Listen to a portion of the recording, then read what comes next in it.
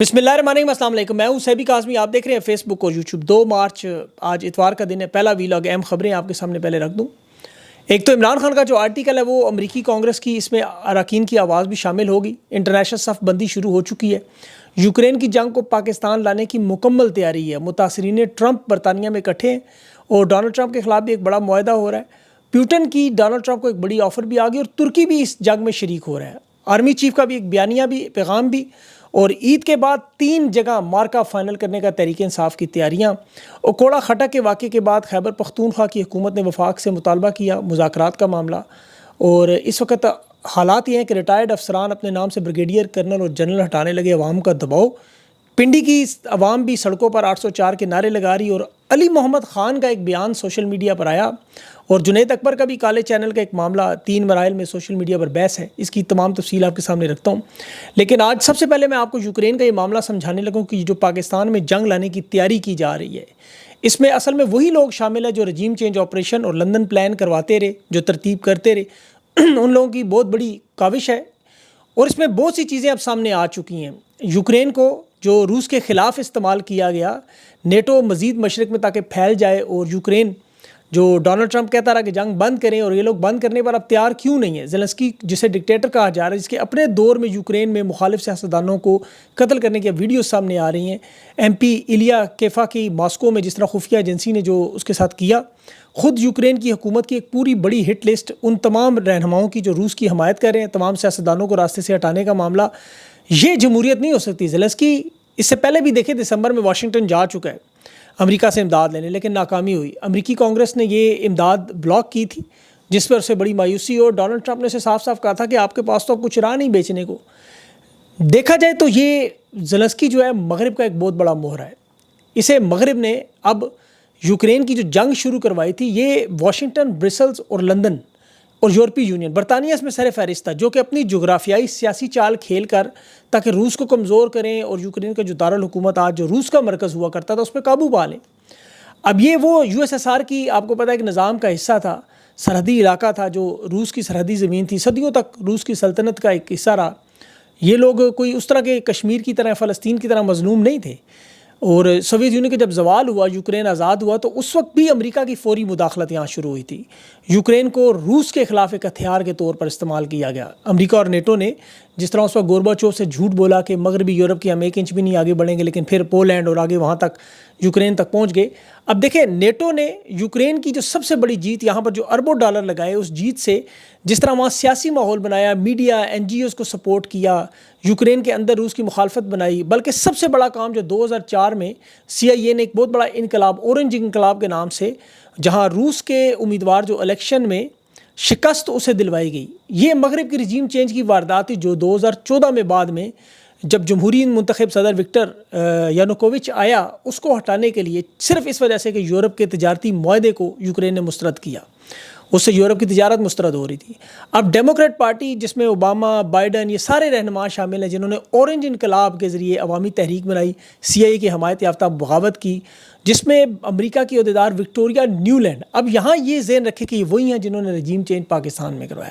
اس کی ایک کال لیک ہوئی تھی، یوکرین کے جو اگلے حکمران آ رہے تھے ان کے ساتھ بات چیت پکڑی گئی تھی، اور اس وقت وکٹر جو تھا وہ اقتدار میں تھا۔ اب یہ دیکھیں، سائفر والا معاملہ عمران خان کا بالکل اسی میں، جس طرح شہباز شریف کے ساتھ، اپوزیشن کے ساتھ، جنرل باجوہ کے ساتھ، ڈونلڈ لو، وکٹوریہ نیولینڈ کے معاملات طے ہو رہے تھے۔ بعد میں بلاول جہاں وزیر خارجہ کے طور پر جا کے ملتا رہا ٹونی بلنکن سے، ساری چیزیں اب ریکارڈ پر آ چکی ہیں۔ یوکرین میں انہوں نے 2014 میں بغاوت کرائی، حالانکہ وہاں روس کی بہت بڑی تعداد تھی، لوگ موجود تھے۔ ریفرنڈم جب ہوا تو 90% لوگوں نے کہا ہم تو روس کے ساتھ شامل ہونا چاہتے ہیں، لیکن اس کے باوجود ان پر پھر یہ 8 سال تک یہ جنگ مسلط کر دی۔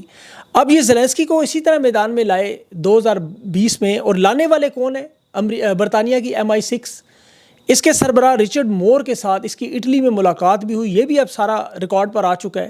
جس طرح لندن پلان بنا، جس طرح واردات بنی، اسی طرح زیلنسکی کی بھی یہ ملاقات اٹلی میں ہوئی تھی، بہانہ کر کے کہ میں پوپ سے ملنے جا رہا ہوں، لیکن ملا وہاں برطانوی بشپ سے، اور ایک کامیڈین، اداکار، ایک مبصرے کو جو ٹی وی پر ایک صدر کا کردار ادا کرتا رہا، انہوں نے PR کمپنیوں کی مدد سے چینلز پر سے حقیقی سیاستدان بنا دیا۔ اب دیکھیں، روس کے پاس 3 آپشن تھے۔ ایک تو یوکرین کو، جو ڈنباس کے لوگ ہیں، ان کی نسل کشی کے لیے چھوڑ دے، یا یوکرین کے اندر فوجی اڈا انہیں نیٹو کو بنانے دے، اور تیسرا یا پھر طاقت کا استعمال کرے۔ اب ظاہر ہے یوکرین کے صدر نے فوراً یورپ کی طرف دیکھنا شروع کیا، انہوں نے اپنی تجوریوں کا منہ کھول دیا اور اپنی تجوریوں کا کام امریکہ کی تجوریوں کا زیادہ مال وہاں سے نکلوا لیا. لیکن بائیڈن حکومت یہ جو کھل کے واردات کرتی رہی، جس میں پاکستان کو شامل کیا انہوں نے باقاعدہ، یہ جو ہتھیاروں کا معاملہ تھا سارا یوکرین کا پاکستان سے ملتا رہا. امریکہ ظاہر ہے بائیڈن اور یورپ موجود تھا. اب ان کی بدقسمتی ڈونلڈ ٹرمپ آ گیا. اب دسمبر میں جب ڈونلڈ ٹرمپ الیکشن جیت چکا تھا تو امریکہ نے مزید امداد دینے سے اسے انکار کیا اور یہ چاہتے تھے کہ لڑائی ختم ہو کسی صورت میں. ڈونلڈ ٹرمپ عمران خان والے موقف پر کہ جنگ مسئلے کا حل نہیں ہے، جو عمران خان بار بار افغانستان کے معاملے پہ آپ کو یاد ہوگا بار بار کہتے رہے. ڈونلڈ ٹرمپ نے بھی وہی بات کی. اس پر انہوں نے اب سیز فائر کے مذاکرات کے ذریعے معاملات کو حل کرنے کو کوشش کی، لیکن یورپ اسے ماننے پر تیار نہیں. ابھی اپنا ایک مسودہ بنا رہے ہیں.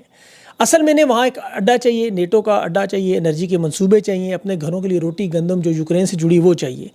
اب زیلنسکی کی 10 گھنٹے کی ملاقات کے فوراً بعد یہ یورپ پہنچا. برطانیہ نے اس کی حمایت کا اعلان کیا، فرانس اس کی مدد کے لیے آ گیا، کہا جی کہ 2031 تک ہم تمہیں ڈالر دیں گے، فنڈ بنائیں گے، بس تم نے لڑائی سے پیچھے نہیں ہٹنا.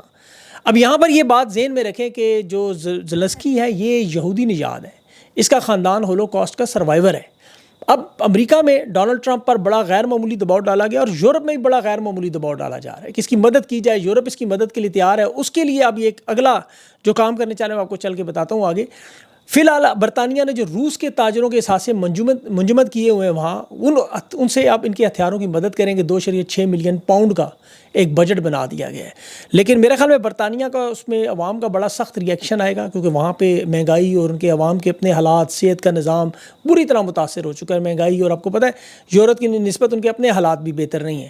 اور برطانیہ میں جو وزیر اعظم ہے اس کے اوپر اس وقت بڑا سخت دباؤ ہے کہ اب انہیں یہ کہا جا رہا ہے عوام کی طرف سے ہماری مدد کرے، لیکن وہ کہہ رہے ہیں ہم نے یوکرین کی مدد کرنی ہے اور وہاں پہ اب اڈا بنانا ہے. اب اس میں ترکی کو شامل کیا جا رہا ہے. بہت بڑا یہ کھیل کھیلا جا رہا ہے کہ نیٹو کی یہ دوسری بڑی طاقت ہے امریکہ کے بعد ترکی، یاد رکھیں. اور ترکی روس کے بڑا قریب ہے، پیوٹن کے ساتھ کے بڑے تعلقات ہیں اس کے اردغان کے. اب وزیر خارجہ جو ہے روس کا وہ ترکی پہنچ گیا اور اس نے وہاں جا کے جو بڑا طوفان آنے والا ہے، جو یورپ کے اندر بھی تقسیم نظر آ رہی ہے، جس کی وجہ سے اب جغرافیائی اور سفارتی نقشے بدلیں گے. اور ان کی اس وقت یہ جو برطانیہ، یورپ، امریکہ کی یوکرین روس کی جنگ ہے یہ اب پاکستان کی طرف آتی ہوئی نظر آ رہی ہے. یہ حالیہ اردغان کا جو دورہ تھا اسے آپ بھولیے گا نہیں.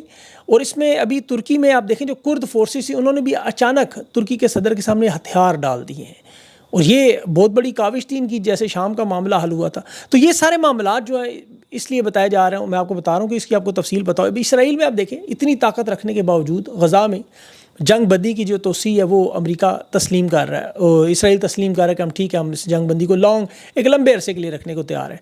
لیکن یہاں پر اب یوکرین کی بجائے پیوٹن آفر کر رہا ہے امریکہ کو کہ معدنیات جو آپ نے یوکرین سے لینی وہ ہم سے لے لیں. اور یاد رکھیں کہ روس دنیا میں سب سے زیادہ معدنیات رکھنے والا ملک ہے.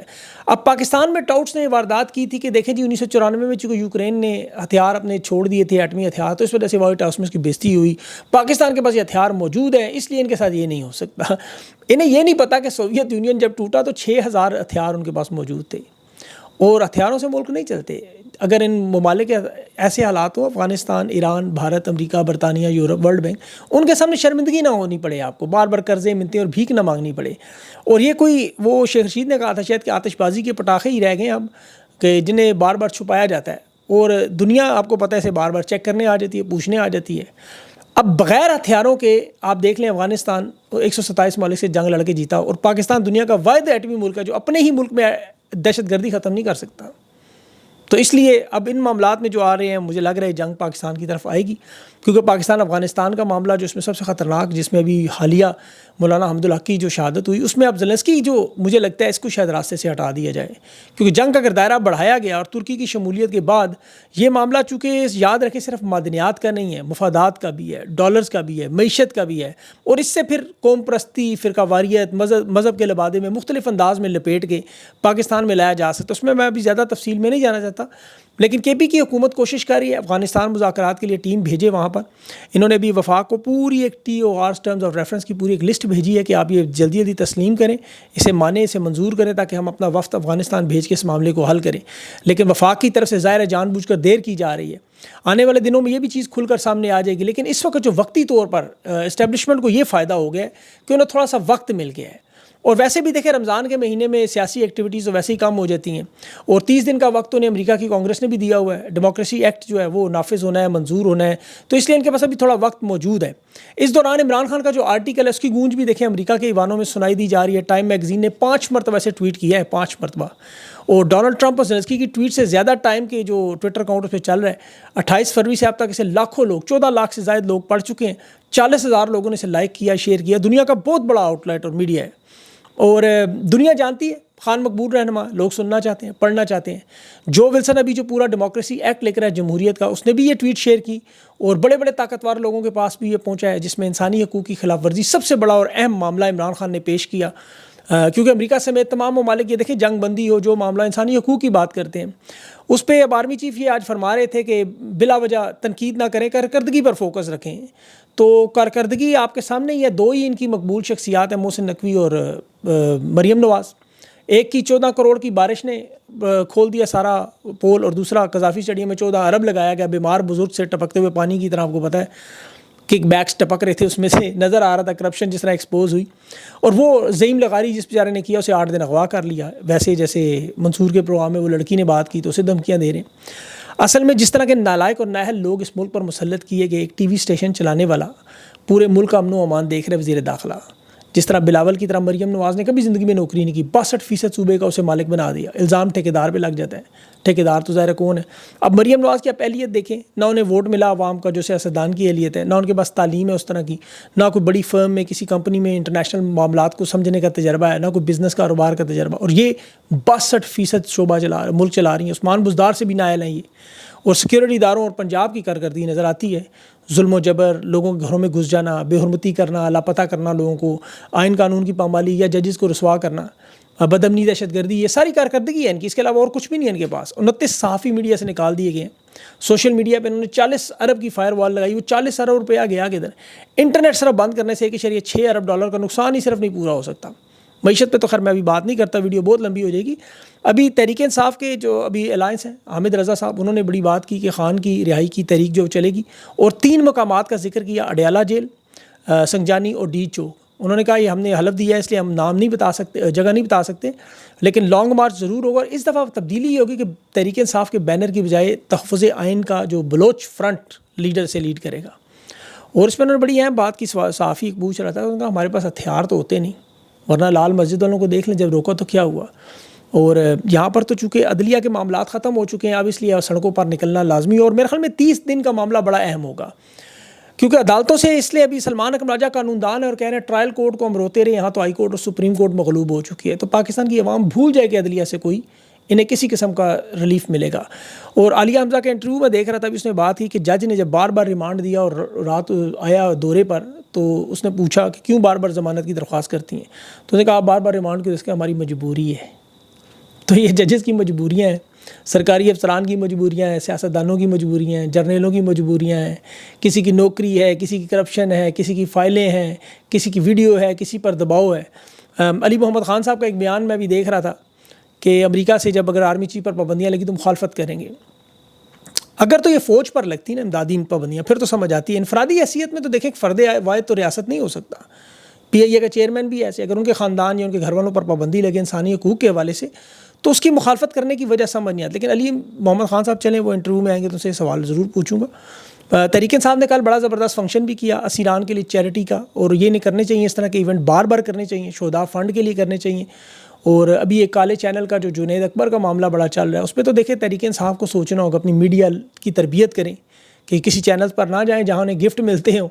انٹرویو کے بعد یہ اپنی پالیسی کو دیکھیں، جب تک غور نہیں کریں گے اس طرح کے معاملات ہوتے رہیں گے۔ اب اس خاتون نے دعویٰ کیا جی کہ اس کو گالیاں دی گئیں جنید اکبر سے۔ میرا نہیں خیال جنید اکبر ایسا بندہ ہوگا جہاں تک میں جانتا ہوں، لیکن اگر ایسی کوئی بات ہے میں تو اس کی مذمت ہی کروں گا، لیکن مجھے یقین نہیں کہ جنید اکبر نے ایسی حرکت کی ہوگی۔ اور اس طرح کے پروگرام ویسے انہیں جانا نہیں چاہیے۔ میڈیا کا تو دیکھیں کام ہے ٹوسٹ کرنا، اور خاص طور پر جو لوگ موجود ہیں اس وقت اسکرین پہ ان کے حالات آپ کو پتہ ہیں۔ عطا تارڑ صاحب اس کی حمایت کر رہے تھے، اور میرے خیال میں سے پارس جہاں زیب یا سمینہ پاشا یا ملیہ ہاشمی یہ نظر نہیں آتی، یہ سارے صحافی انہیں مانتے ہی نہیں صحافی۔ تو جو اسکرین پر ابھی موجود ہے وہ تو یا بیچارہ مجبور ہے یا شوقین ہے، کیونکہ جسے جو کہا جائے گا وہ کہہ دے گا، وہ تو پھر صحافت نہیں ہوگی۔ اس کے علاوہ مزید بہت سی خبریں ہیں، لیکن اب وہ اگلے ولاگ میں ہی کرنی پڑیں گی، ویڈیو بہت لمبی ہو جائے گی ورنہ۔